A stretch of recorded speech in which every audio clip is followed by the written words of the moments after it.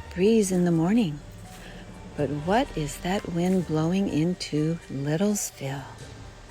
That day, out on her skateboard, Sadie met a baby elephant. He was quite charming, and his name was Barnum.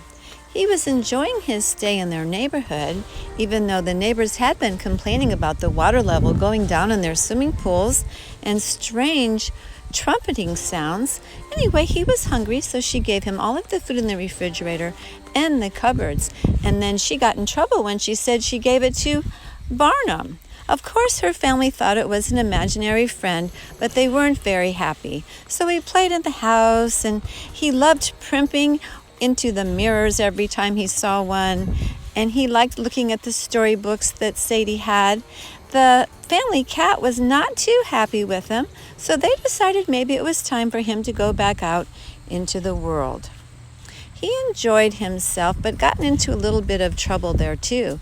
He knocked over the targets in the paintball park, and then when the neighbors asked the sheep what was going on, they just looked down and wouldn't answer. So he frolicked through the flowers, and he loved trampling them.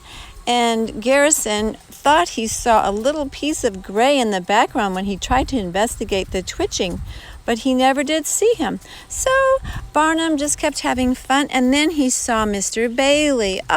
They were overjoyed to see each other. They had so much fun out in the woods talking about old times. But then Mr. Barnum said, you really ought to come home. Everyone misses you. And he really couldn't get him to do it. But then he decided to lure him away with a lot of peanuts. And before you know it, he was on the way home.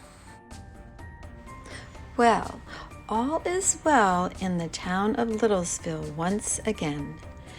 Mr. Barnum lured Bailey back to the circus with the lure of peanuts and the sounds of the calliope.